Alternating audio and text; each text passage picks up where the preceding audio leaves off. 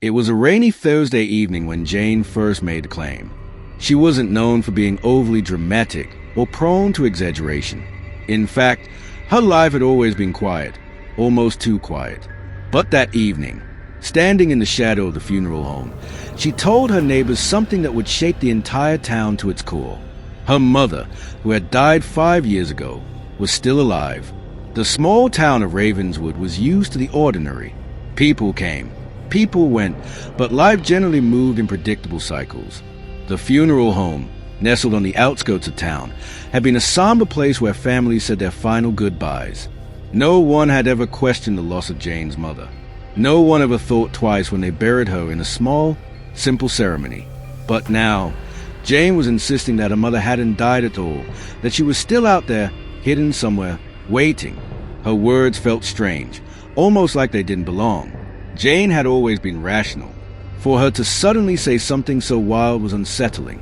And yet, she was so insistent, her eyes wide with an odd mixture of fear and certainty.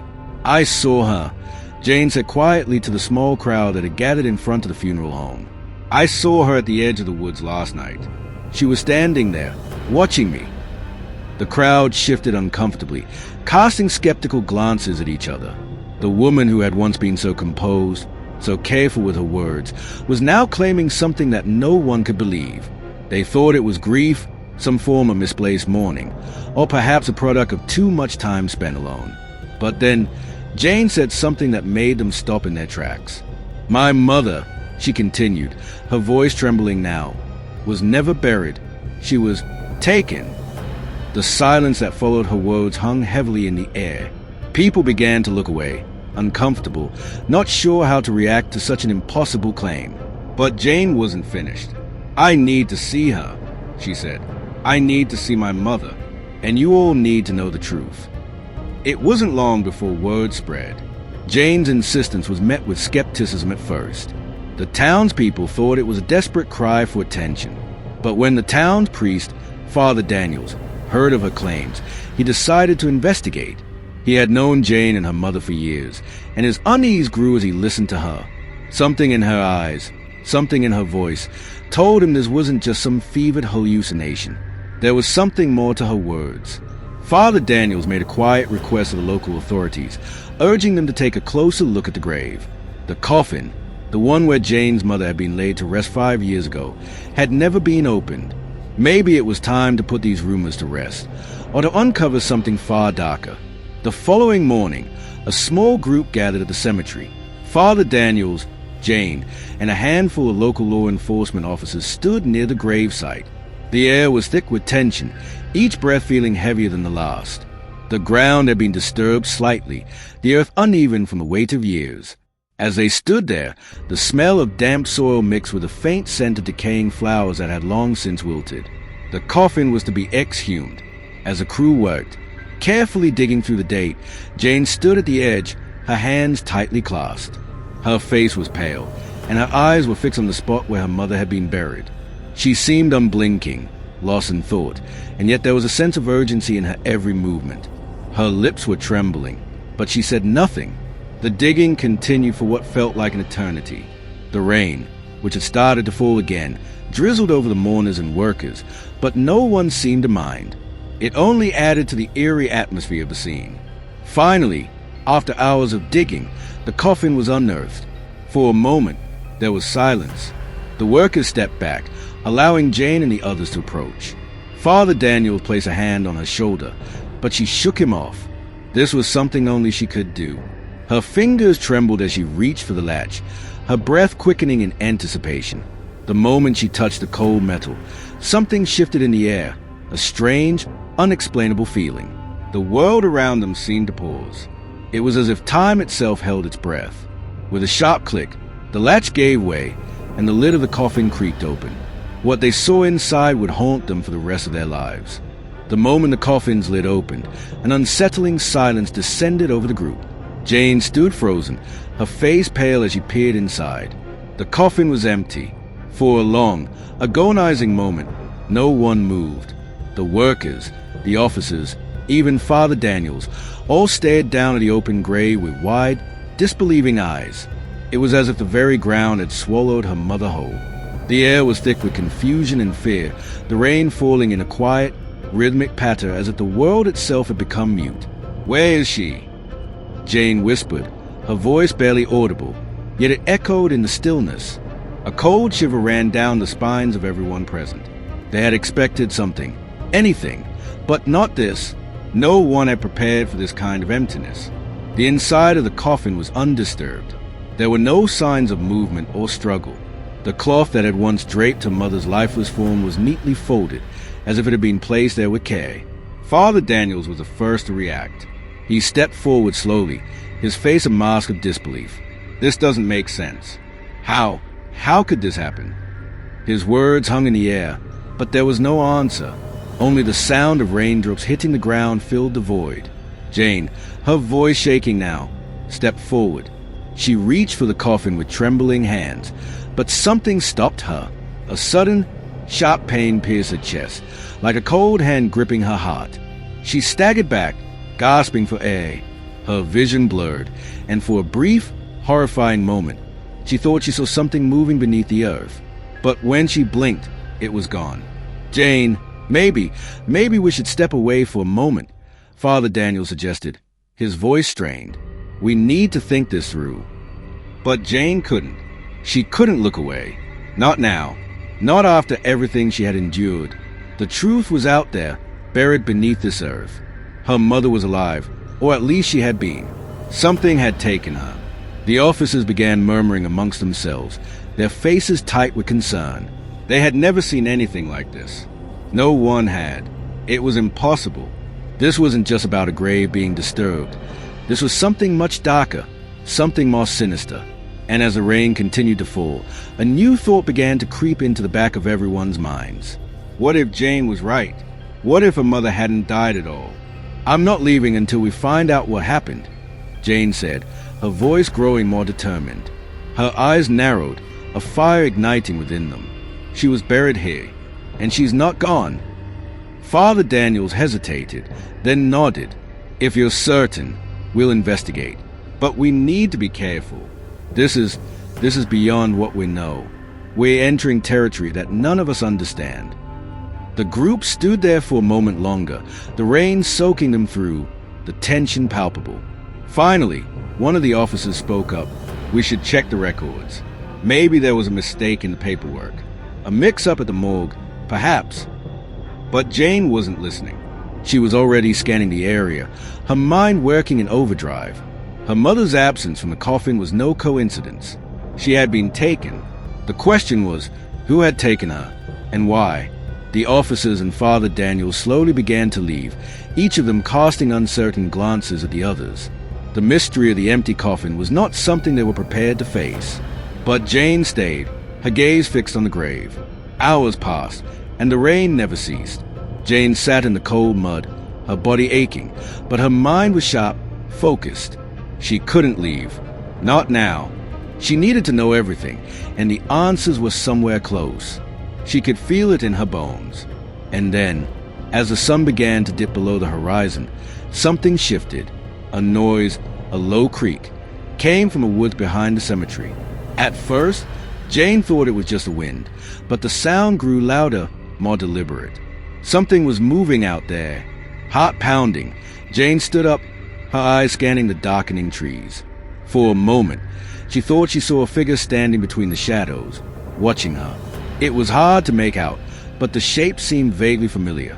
Her breath caught in her throat. Was it her mother? Was she still alive, hidden somewhere in these woods? Without thinking, Jane ran toward the trees, her feet slipping on the wet ground. She didn't care. She had to know. She had to find her mother. The forest was thick and dense, the trees towering above her like silent sentinels. The air was damp, heavy with the scent of wet leaves and decay. Jane's heart beat wildly in her chest, her every step echoing in the eerie silence. She felt a strange pull, a force that seemed to guide her deeper into the woods. The figure she had seen moments before was still out there. She could feel it. As she ventured further into the darkness, the woods seemed to close in around her. The trees loomed like shadowy giants, and the once familiar sounds of the forest seemed muted, as if the world had shifted out of balance. She could hear only her own breath, ragged and fast, as she moved through the underbrush, her eyes scanning every corner, every shadow. Then, suddenly, she stopped, her eyes locked onto a small clearing ahead. In the center, there was a figure, a woman, standing alone, her back to Jane. The figure was tall, her hair long and flowing, and she was dressed in a pale white gown that seemed to shimmer in the moonlight. It couldn't be Mom, Jane whispered, her voice barely audible over the sound of a pounding heart. The figure turned slowly, revealing a face that was both familiar and utterly alien. It was her mother, but there was something wrong. Her mother's eyes were wide open, but they were blank, empty. Her skin was pale, almost translucent, and her lips twisted into a faint, unsettling smile. "Jane," the woman said, her voice a low, almost melodic whisper. "You shouldn't have come. You weren't supposed to know." The words hung in the air, thick and suffocating, as Jane stood frozen in place. Her mother's voice, her mother's face, was there in front of her, but it was wrong. There was an emptiness in her eyes, a hollowness that chilled Jane to the core. The woman standing before her looked like her mother, but there was no warmth, no soul in her gaze. "Mom," Jane whispered again, her voice trembling. What happened to you? You're alive, but how?" The figure smiled, though the smile was eerie, twisted, and cold. It wasn't a smile of love, or joy, or even recognition. It was something else. Something dark. "I never died, Jane," the woman said, her voice soft, as if explaining a simple fact. "I was never meant to, but I had to leave. I had to protect you."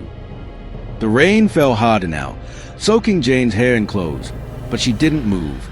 She couldn't. Her body was frozen, her mind scrambling to process the impossible reality unfolding before her. You never died," Jane gasped. But they buried you. I watched them bury you. We all did. I watched you die." The figure's expression darkened, her eyes narrowing as she took a slow, deliberate step forward. "I know you saw me die, Jane, but that wasn't me. What you saw, what they buried, was a different version of me. A copy." Jane's heart pounded in her chest as her breath quickened. "A copy? What do you mean? What are you saying?" The woman's lips curled into that twisted smile once more.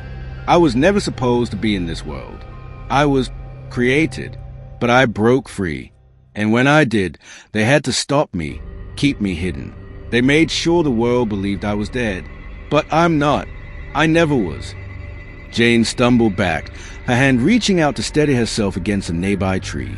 Her mind was racing, her thoughts colliding in a dizzying whirlwind. "Who are you?" she managed to choke out, her voice barely above a whisper. "What do you want from me?" The woman, her mother, took another slow step forward, the eerie smile never leaving her face. "I want nothing from you, Jane. I never did. But you are the key. You always were." Jane shook her head in disbelief. "The key? Key to what? What are you talking about?" The woman paused, her gaze never leaving Jane. "To the truth, to the real world.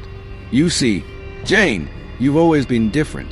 From the moment you were born, you were chosen. You were never meant to live here. But you have.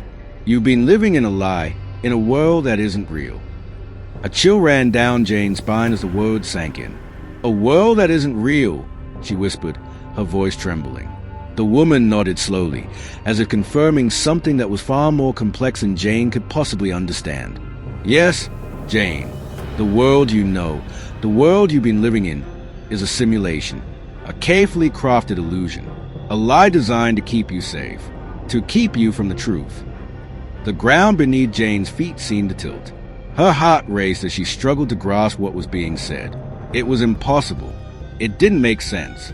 Her entire life, everything she had ever known, had been a lie? But why? Why would anyone do this? Jane asked, her voice a strangled cry of confusion. The woman's eyes softened for a moment, almost as if pitying Jane, before she spoke again. "Because some truths are too dangerous to know, Jane.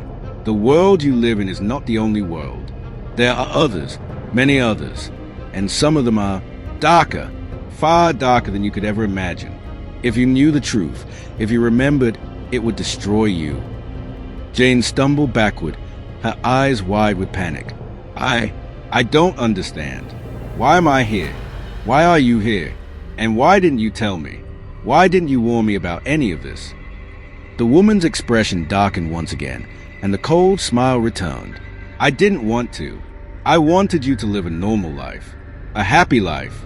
But the world I came from, our world, is not the same as this one. And now, Jane, you must decide. Do you want to wake up, or will you keep living this lie? A part of Jane's mind screamed for this to be a nightmare. A horrible, twisted nightmare that she would wake up from any second. But the raw reality of it all was too much to deny. The rain, the cold air, the dampness clinging to her skin. It was all real. And yet, none of it made sense. I don't know if I can. Jane stammered, her thoughts spinning. How do I wake up? What is there to wake up to? The woman stepped closer, her form suddenly shifting, becoming more ethereal, more ghostly. You already know the answer, Jane. You've always known. The truth is within you. It's in your blood. You've been marked. But the question is, do you want to face it? Before Jane could respond, a sharp, sudden pain exploded in her chest. She gasped, falling to her knees, clutching at her heart as her vision blurred. The pain intensified, like fire spreading through her veins, tearing her apart from the inside out. Her mother, no, the thing that claimed to be her mother, watched her with cold, dispassionate eyes. You weren't supposed to feel this yet, the woman said, her voice filled with faint regret. But it's too late. You're already too close. The pain in Jane's chest became unbearable, her body convulsing as though she were being ripped from within. Her world spun, and she fought to stay conscious, to understand what was happening to her. Wake up, Jane, the woman said one last time, her voice distant and fading. It's your choice. And then, in an instant, everything went dark. When Jane opened her eyes again, she was no longer in the forest. The cold, damp air was replaced by a sterile, almost suffocating heat. Her body felt heavy, as though gravity itself had become something more oppressive. She blinked rapidly, trying to focus, but her vision was blurry. The familiar scent of damp earth and rain was gone, replaced by the sterile smell of chemicals. She tried to sit up, but her body refused to obey. She felt as if she were being held down by an unseen force, her limbs frozen. Panic surged through her chest. Where was she? What had happened? The room around her was dark, only faintly illuminated by a harsh, flickering light. The walls were smooth and metallic, glistening like cold steel. She was lying on some kind of table, and the hum of machines filled the room, creating an unsettling, mechanical rhythm. The pain from earlier was gone, but the feeling of unease only grew stronger. Her heart raced as she attempted to move again, this time with more effort. She finally managed to push herself into a sitting position, her muscles trembling in protest. Her head spun, but she forced herself to look around. She was in some kind of lab, but not one she recognized. Her breath caught in her throat when she saw a figure standing in the corner of the room. The woman who looked like her mother. The same cold eyes, the same unsettling smile. You're awake, the woman said, her voice smooth and detached. That was faster than I expected. Jane's pulse quickened. What is this? Where am I? Her voice cracked, and she struggled to push past the tightness in her throat. I don't understand. The woman took a step forward, the faint sound of her footsteps echoing in the sterile silence. This is where it all begins.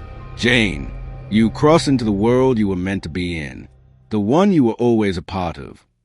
Jane shook her head, trying to make sense of the words. But this isn't real. This can't be real. She pressed her palms to her face, as if trying to block out the horror, the confusion. I don't understand. What is going on? Why am I here? You were never meant to stay in that other world, Jane, the woman replied, her voice almost soft now, like she was speaking to a child who needed comforting. That world was an experiment, a simulation, but you've always been part of something much bigger, something far more dangerous. Jane's eyes widened. A simulation? She was almost afraid to ask, but the words tumbled out. How is that possible? Why would anyone do that? The woman's lips curled into a smile, but there was no warmth in it. Because the truth is too dangerous to know, Jane. We have to keep certain things hidden. Certain people lock away from what they really are. Your mother, what you saw, she was part of a project. A project to create life, to manipulate the very fabric of reality itself. And you, Jane, you're the result of that experiment. The room seemed to spin around her. The walls were closing in, pressing down on her, suffocating her. What do you mean? She gasped, struggling to keep her composure. You're telling me my life, my whole life, it's been a lie? Yes, the woman said, her voice now tinged with a cold finality. Your entire existence has been orchestrated. Your memories, your emotions, even your connections to people, everything has been carefully crafted to keep you from discovering the truth. But I don't understand, Jane cried, her voice breaking. Why? Why do this to me? Why can't I just live my life like everyone else? The woman's eyes softened for the briefest moment before the cold mask returned. Because the world you thought you lived in wasn't real, and neither was the life you were supposed to have. Your true purpose is far greater than you can imagine. The choice is now yours. You can accept this, or you can fight it. Jane's mind reeled as she tried to process the impossible words. She didn't want to believe it, but everything, every strange thing that had happened, every inexplicable event, was pointing in this direction. She could feel it in her gut. The truth was there, just out of reach, like something locked behind a wall she couldn't break. Her thoughts were interrupted by the sound of a door opening.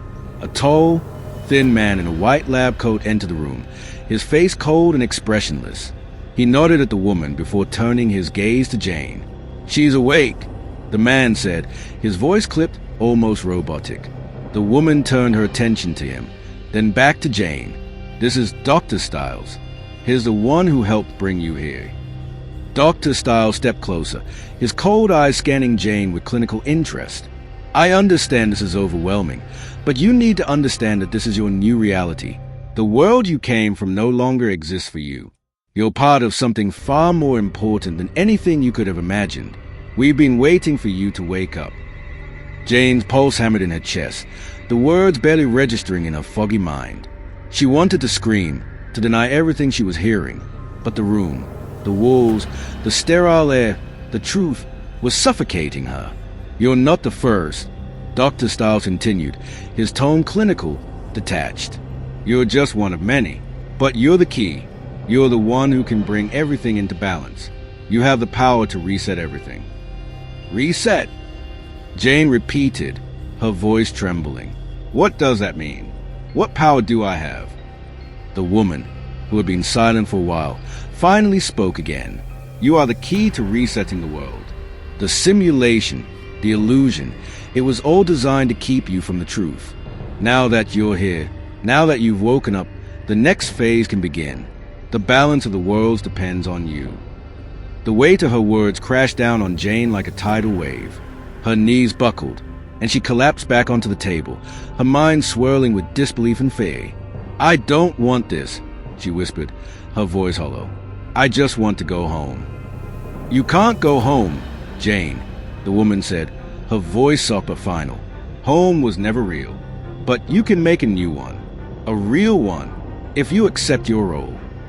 Jane closed her eyes, feeling the crushing weight of reality pressing down on her chest. She had to make a choice, one that would change everything, one that would decide not just her fate, but the fate of the world. The sterile lights above Jane flickered, casting a sickly yellow hue across the room. The tension in the air was palpable, as though the very atmosphere was heavy with secrets that had been hidden for far too long. Her body felt numb, as if her mind had been disconnected from her senses. Every part of her wanted to run, to scream, but something held her in place, an invisible force that kept her rooted to the cold, metal table. Jane, listen to me, the woman, her mother, said softly, her voice almost tender, but with an undertone of urgency. You are the key to all of this. The world you think you know is an illusion. The real world, the one I came from, is waiting for you to claim it. You've always been a part of this, whether you knew it or not. Jane's mind was in a whirlwind. The words seemed impossible, absurd, yet they resonated within her like fragments of a long-forgotten dream. She could feel it, the deep, knowing truth that had been hidden from her. Her entire life had been a fabrication, a lie designed to shield her from the horrors of a world she wasn't meant to know. But she was here now. The veil had been lifted, and there was no going back. Jane closed her eyes, her head spinning. She wanted to scream, to rage against the impossibility of it all, but deep down, she knew the truth. There was no escape from it. She was trapped in a nightmare she could no longer deny. "You can't keep running from this, Jane," the woman continued, her voice softening as though trying to coax Jane into understanding. "You've always had the power. You've always known there was something more, something waiting just beneath the surface. Now, the truth is in your hands. It's up to you to decide what happens next." Jane's eyes flickered open again, her breath coming in shallow gasps. She looked up at the woman, the thing that resembled her mother, and saw something in her eyes. Was it sadness, or maybe regret? The coldness that had once defined her was now replaced by something far more unsettling, a quiet desperation. "Why didn't you tell me this sooner?"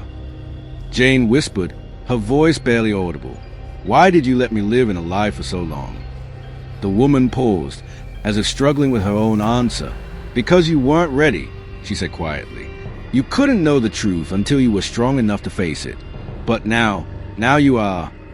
The woman's words hung in the air, lingering like the echo of a distant thunderclap. Jane swallowed hard, the enormity of what she had learned settling deep within her. It was like she had been living in a cage her entire life, and now the bars were gone, but with their absence came a new kind of fear. "What happens if I accept this?" Jane asked, her voice trembling with uncertainty. "What's on the other side? What does it mean for me? For everything?" For the first time, the woman seemed to hesitate, her gaze momentarily softening. "It means freedom," she said quietly. "It means you'll be able to see the world for what it really is. No more lies, no more illusions, but there will be a cost. There always is." Jane felt a chill run down her spine as she looked at the woman, searching her face for any sign of deception. But all she saw was the same cold, emotionless expression, the face of someone who had lived through 1,000 realities, someone who had long ago learned that there was no such thing as a perfect world. "And if I refuse?" Jane asked, her voice barely above a whisper. "If I don't want to know the truth?" The woman's expression hardened. "You will remain in the lie. You'll go back to the world you once knew, to the illusion, but it will never be the same. The walls will close in on you, Jane. The truth will eat at you from the inside, gnawing away at your mind until you can't escape it." Jane's stomach churned as her thoughts raced. What if she could go back? What if she could choose the life she had known, the life she thought she wanted? But deep down, she knew that the truth would always be there, lurking, waiting. She would never be able to escape it. Not now. Not after everything she had learned. What happens if I accept the truth? Jane asked again, the weight of the decision pressing heavily on her chest. The woman stepped forward, her gaze piercing as she looked into Jane's eyes. "You will see the world for what it is. The veil will be lifted. You will know the reality of this place, and the worlds beyond it. You will have the power to change everything. But there will be no turning back. Once you awaken, there is no going back to the life you once had. You will be a part of something much bigger. Something that will reshape everything." Jane closed her eyes, trying to block out the growing sense of dread that was seeping into her bones. Her mind was a battlefield, torn between the life she had known and the terrifying unknown that lay ahead. But she had already seen too much. She had already touched the edges of the truth. "I don't know if I can do this," Jane whispered, her voice breaking. "I don't know if I'm strong enough."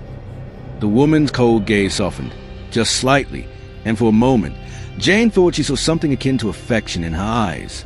"You are stronger than you think," she said softly. "You've always been.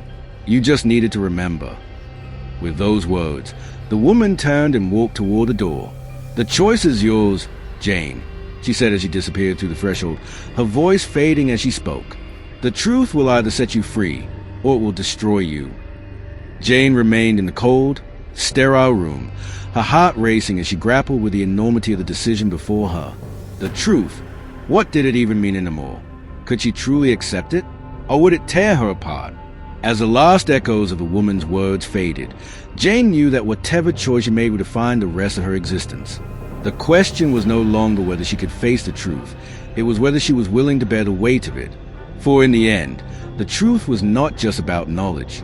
It was about power. And once Jane chose, there would be no going back. The walls around her seemed to close in once again. But this time, she wasn't afraid.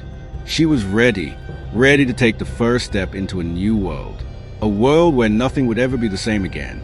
With a deep breath, Jane made her decision. And in that moment, the world changed forever.